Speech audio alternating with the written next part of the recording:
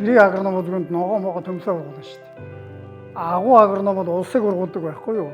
Ногоо авьяасгал гэдэг чинь үндсэндээ бол агрономч хүн улс орныг ургуулж байна гэсэн үг. Бидний бүтээгдэхүүнийг хэрэглээд ургацсан сайжраад чанар нь сайжирсан учраас бид нар одоо тариаланчтайгаа үндсэндээ нэг жилийнхээ үр дүнг тэмдэглэж байгаа хэрэг.